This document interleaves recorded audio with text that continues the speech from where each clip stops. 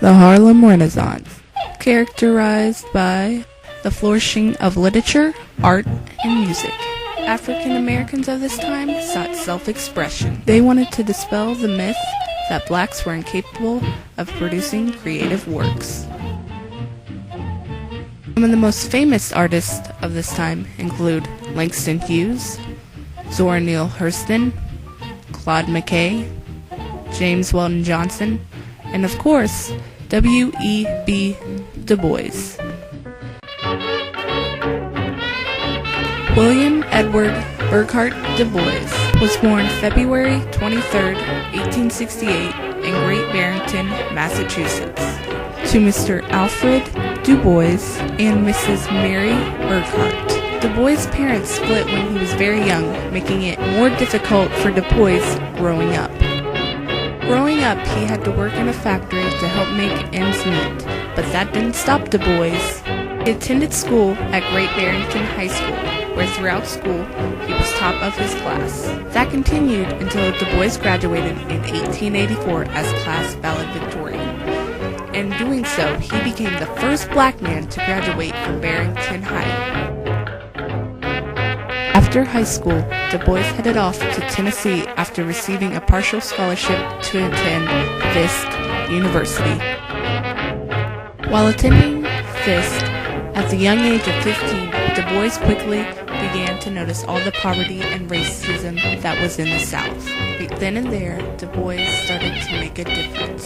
This would mark the beginning of Du Bois' very long civil rights career.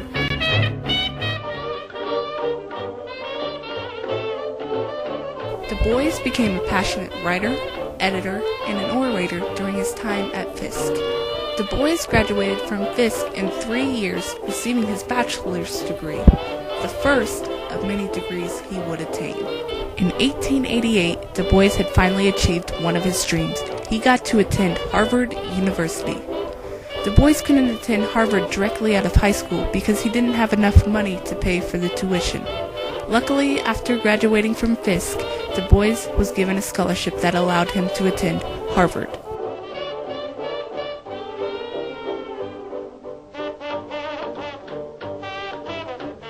All men cannot go to college, but some must. Every isolated group or nation must have its yeast, must have for talented centers of training where men are not so mystified and befuddled by the hard and necessary toil of earning a living, as to have no aims higher than their bellies and no God greater than gold. During his stay at Harvard, Du Bois had to reattain his bachelor's degree. Du Bois concentrated on philosophy and history, and eventually he pursued economic and social problems. While at Harvard, though, he never quite felt he was a part of the student body. I was in Harvard, but not of it.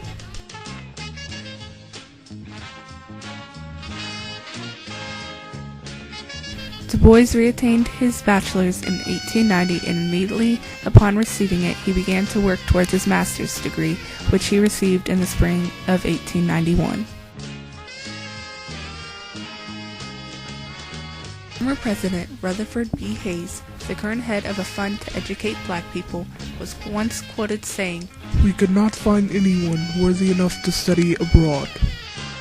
Du Bois disliked this statement by Hayes and decided to challenge. Hayes quickly took back this statement after Du Bois sent in his application. Du Bois received the grant from Hayes and headed off to the University of Berlin in Germany, where he would study from 1882 to 1884, working towards his PhD.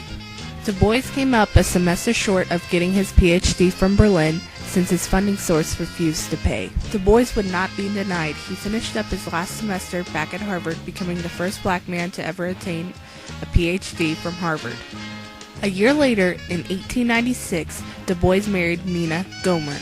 The two had 2 children throughout their 50-year marriage, Yolande and Burghardt, who died at the age of 2 in 1880. This death and other frustrations would become an inspiration for some of Du Bois' most famous works, including The Souls of Black Folk. Between me and the other world there is ever an unmasked question unasked by some, though feelings of delicacy by others through the difficulty of rightly framing it. In 1905, Du Bois founded the Niagara Movement, or as it is known today, the National Association for the Advancement of Colored People, which was a group of African American scholars and leaders who believed in equality for all. This civil rights group became one of the most influential in American history. Du Bois was a leader of the NAACP as research and publicity director. He both created and edited the most influential and highly read African American publication of the time, The Crisis, which included poems, reviews, and essays on culture and history from some famous writers and others. Du Bois worked on The Crisis from 1910 to 1934 when he resigned after problems he had with the group. Following his departure, Du Bois slowly moved into politics. He became involved with progressive socialist activists who blamed capitalism for racial inequality. This got Du Bois into a few problems because of this, eventually being called before the United Nations for charges brought upon by the U.S. government. Du Bois was charged and indicted under the McCarran Act. He didn't like this disrespect from the government and eventually left the country and headed to Ghana with new wife Shirley Graham, who he married after his first wife died. Du Bois lived there for the rest of his life after the U.S. wouldn't allow him to renew his passport. Du Bois eventually died August 27, 1963 in Ghana. That wouldn't be the end of Du Bois. His impact was already there. Du Bois inspired many people during his life and helped pave the way for equality in America.